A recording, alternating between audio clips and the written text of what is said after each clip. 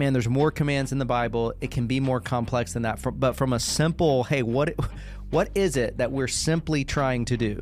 You know, whether we're talking to our staff in a staff meeting, hey guys, what is it that we're trying to do? We're trying to gather, we're trying to group, give, and go. Repeat. Yep.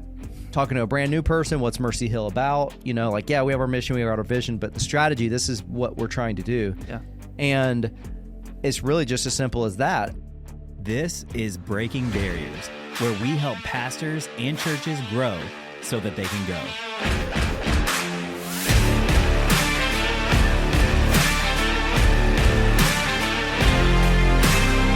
Hey everybody, welcome to the Breaking Barriers podcast. My name is Pastor Bobby. I'm here with Pastor Randy, and today we're going to be talking really kind of a two-part series here on how we designed, we meaning myself, Pastor Andrew, our whole leadership team, how we designed Mercy Hill's kind of everything around this idea of a flywheel.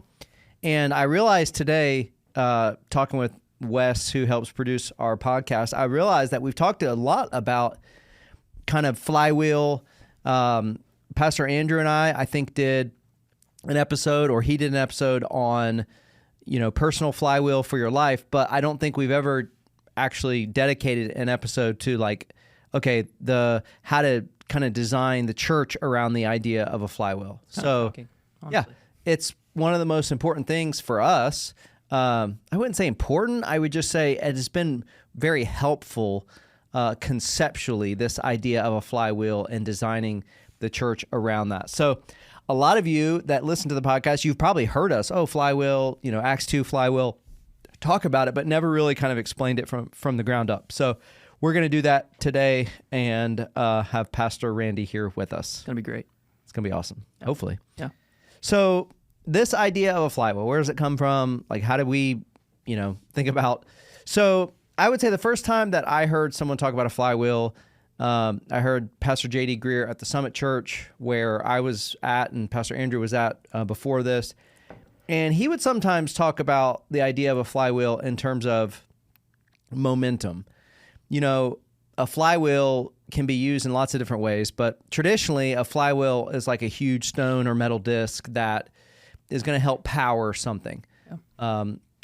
When we did the just personal life flywheel, I mentioned how I own a rower and a skier, like fitness machines, and both of those run off of a flywheel. Mm-hmm. The idea is you have some sort of metal disc or something that when you first start spinning it, it's hard to get momentum because it's starting from nothing. But as the thing begins to spin, every turn is carrying some momentum from the previous turn. Yeah. So I heard Pastor JD talking about just the idea, and this is probably how people talk about flywheel the most. It was just this idea of momentum. Hey, like, don't get discouraged if, it takes a while to build something. You got to keep pushing over time, and eventually that thing is going to build momentum. Yeah. That's always how I heard about the idea of flywheel being talked about.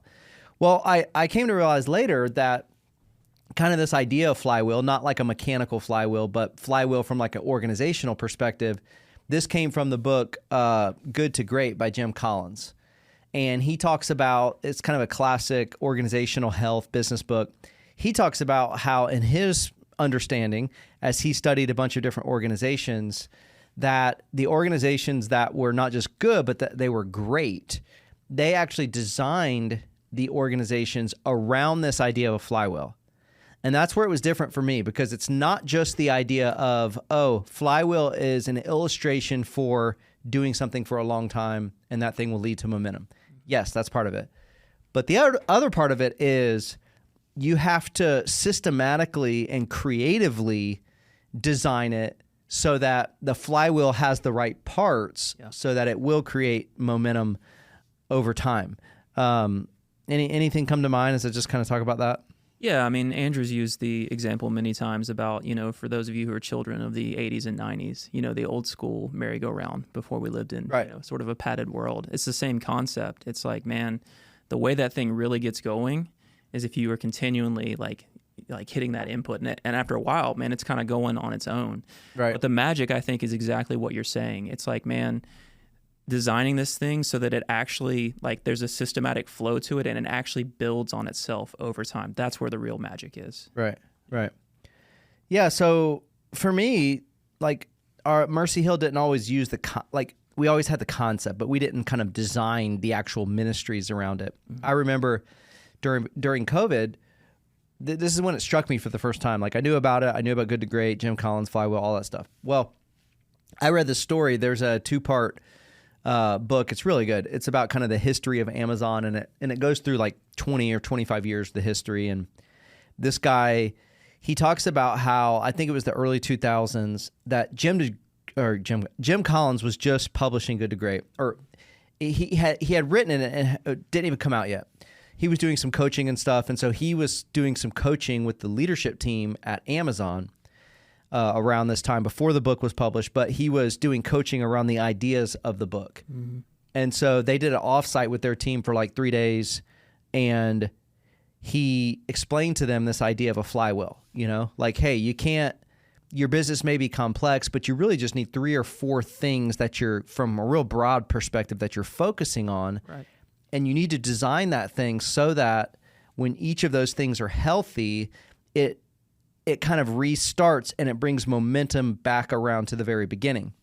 And the time I was reading this book was the time that I think Amazon kind of got on all of our radar. They started as like an online bookstore, but in the last, post-COVID, it's like, man, you could live way out in the country and it's like every day there's Amazon trucks. They do it all, man. Dropping stuff off at your house, Well, the thing is, Jeff Bezos at that time, early 2000s, he ends up designing Amazon around this whole idea of a flywheel.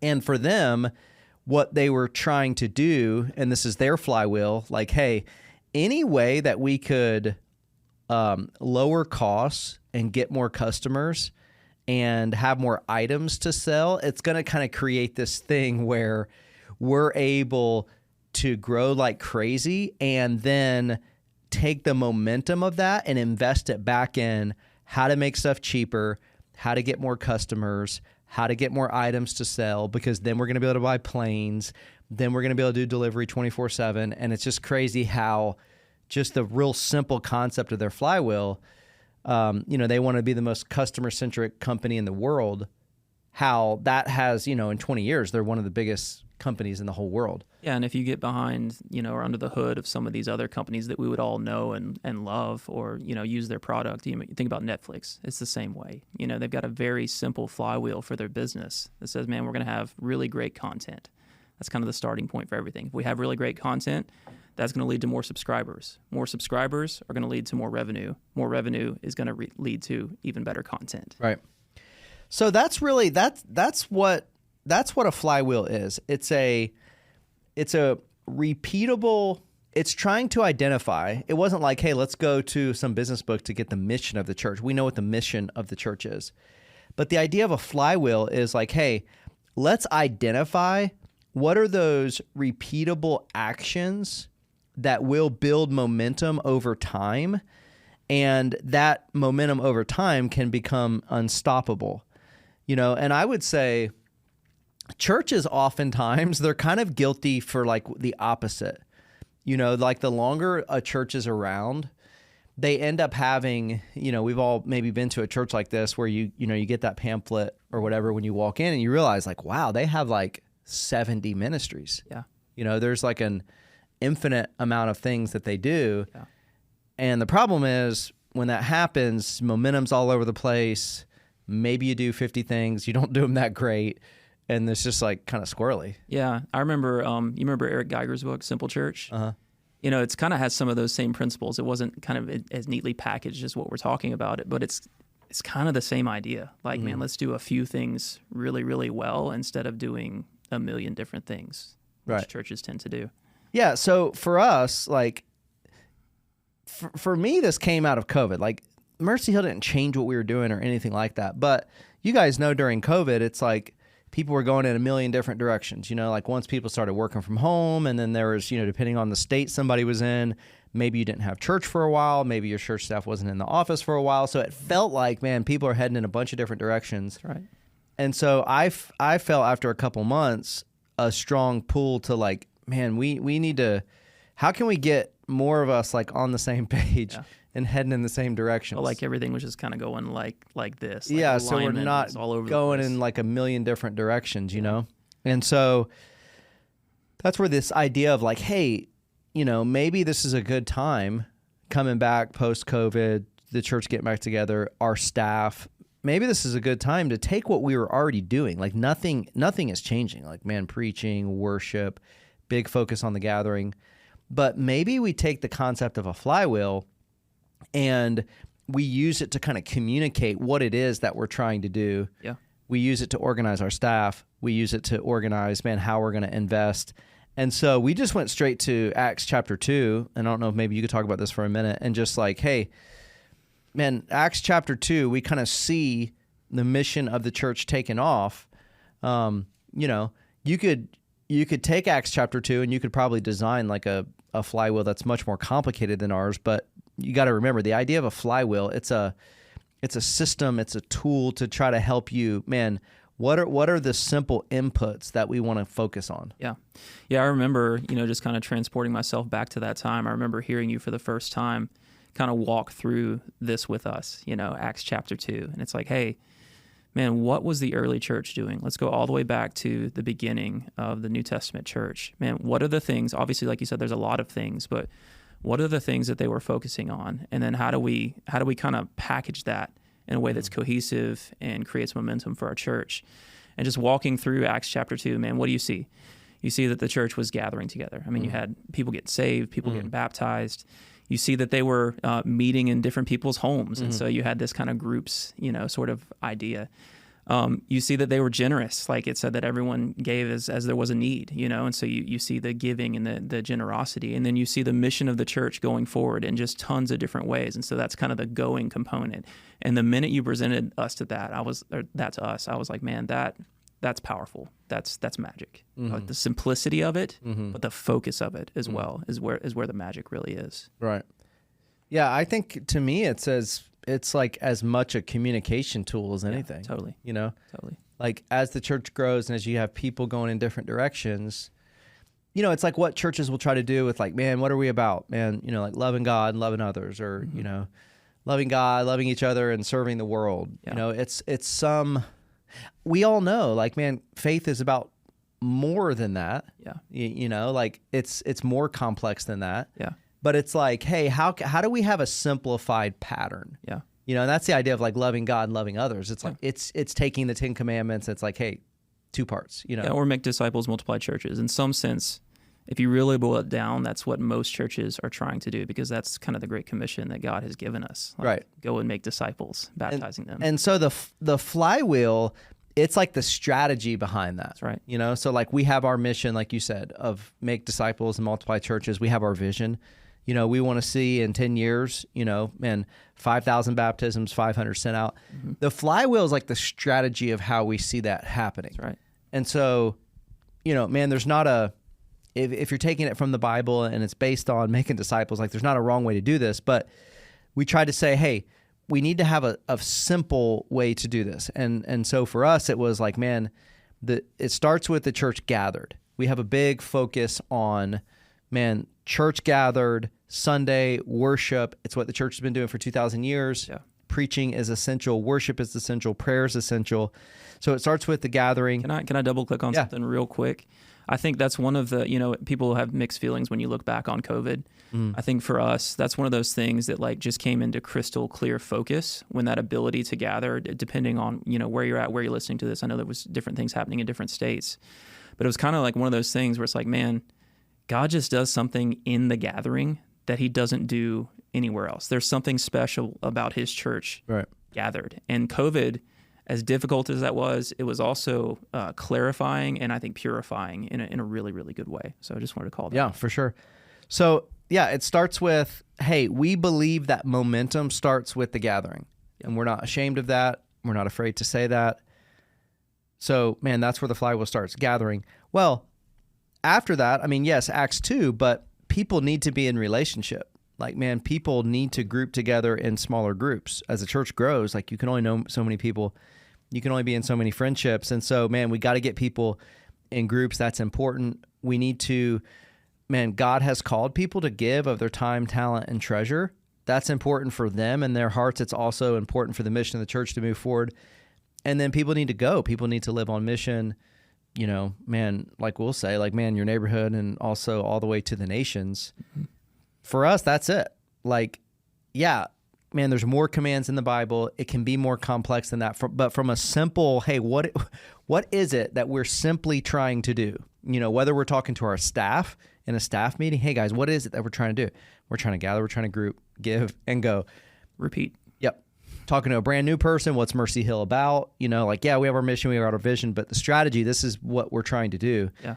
And it's really just as simple as that. And part of the flywheel is trying to understand momentum and how momentum works in an organization. And so, because some people, and this is where I think people can miss it sometimes, you know, people will be like, man, you know, I don't want to give to just the building, or I, you know, man, what's most important is sending missionaries out. And so that's where all of our budget needs to go. That's where all of our emphasis needs to go. And for us, we'd be like, hey, we agree that sending missionaries out and mission is important, but the flywheel is not just like what's important, but it's like, man, in terms of how the momentum works, you need to identify the order of these things. Yeah. Because this is where people can just miss it. You know, they're like, man, okay, way more of the budget needs to be not on gathering, it needs to be on sending. Mm-hmm.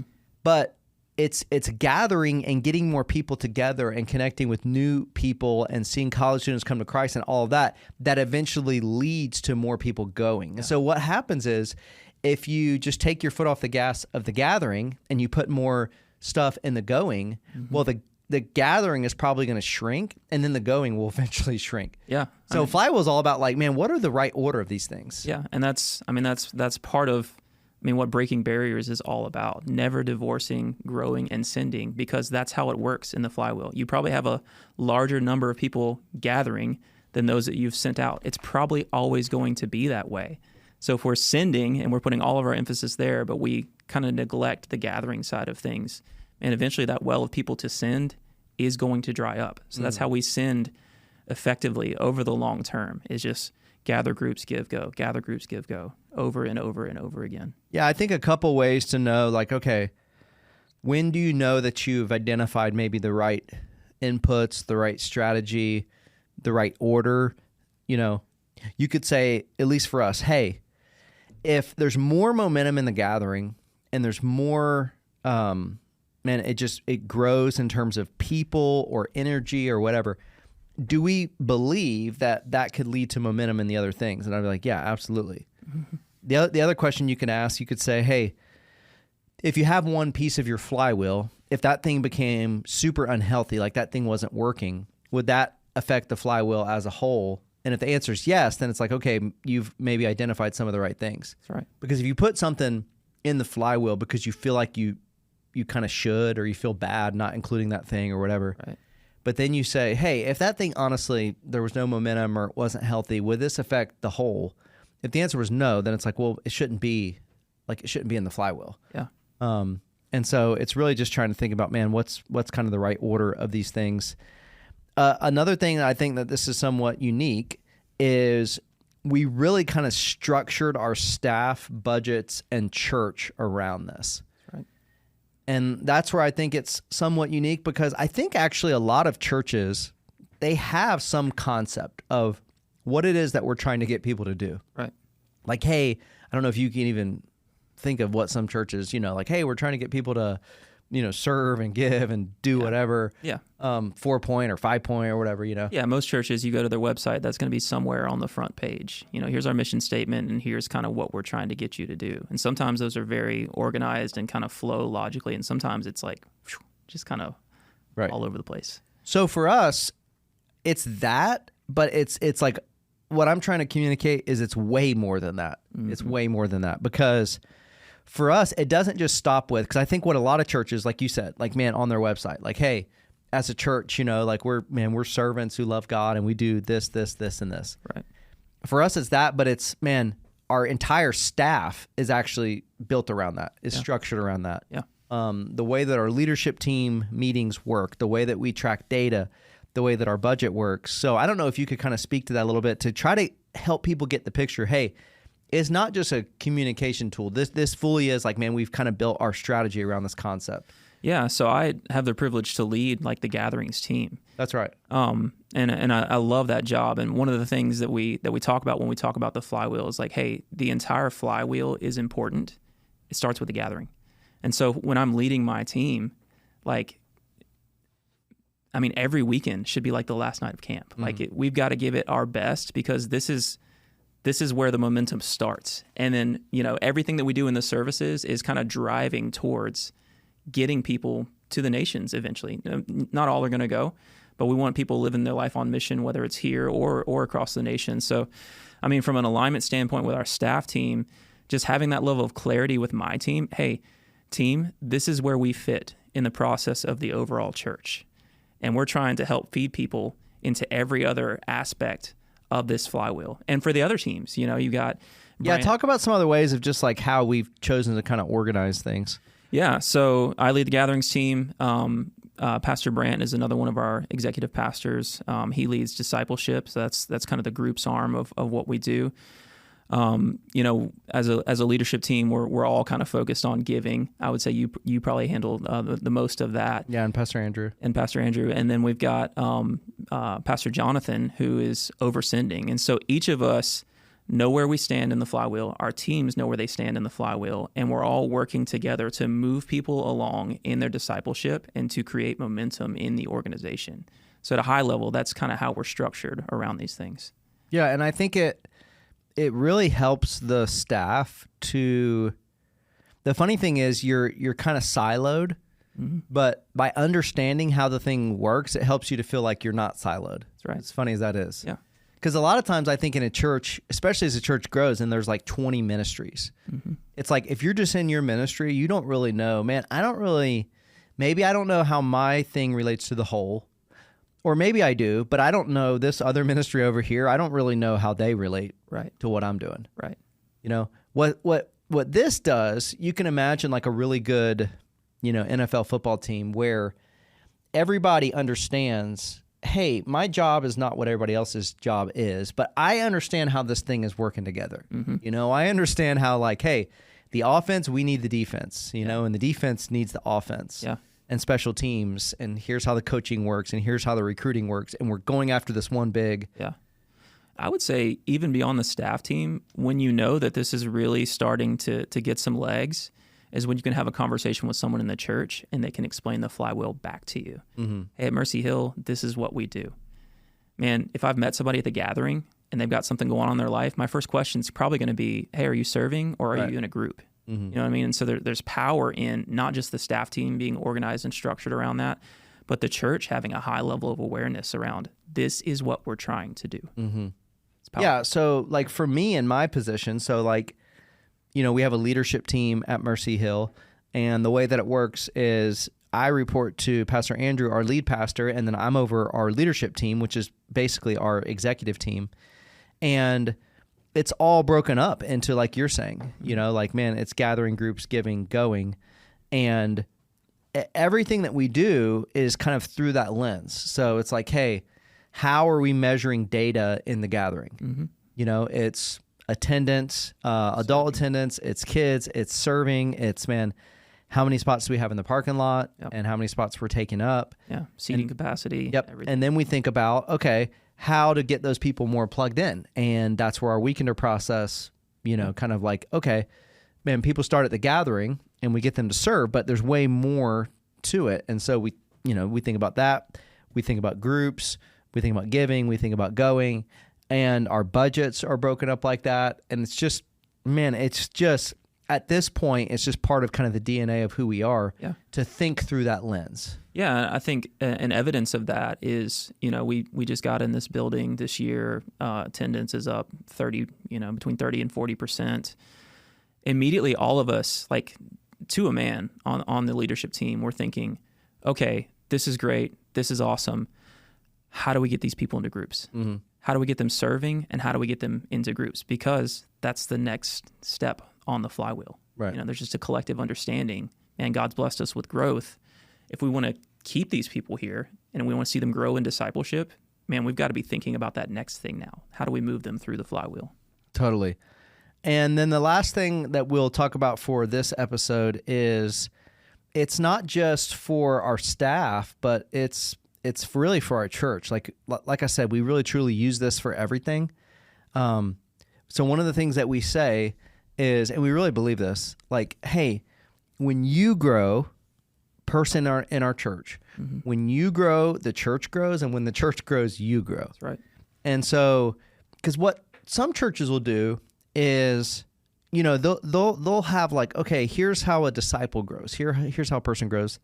Here's how the organization of the church grows, and that's maybe different. Right. Like, hey, we have one strategy to grow like the individual believer, and then we have another strategy to grow the church as a whole. Yeah. And things can get kind of convoluted. And what we believe from Acts 2 is like, man, they're it's not that complicated. Like, they're one and the same. Yeah.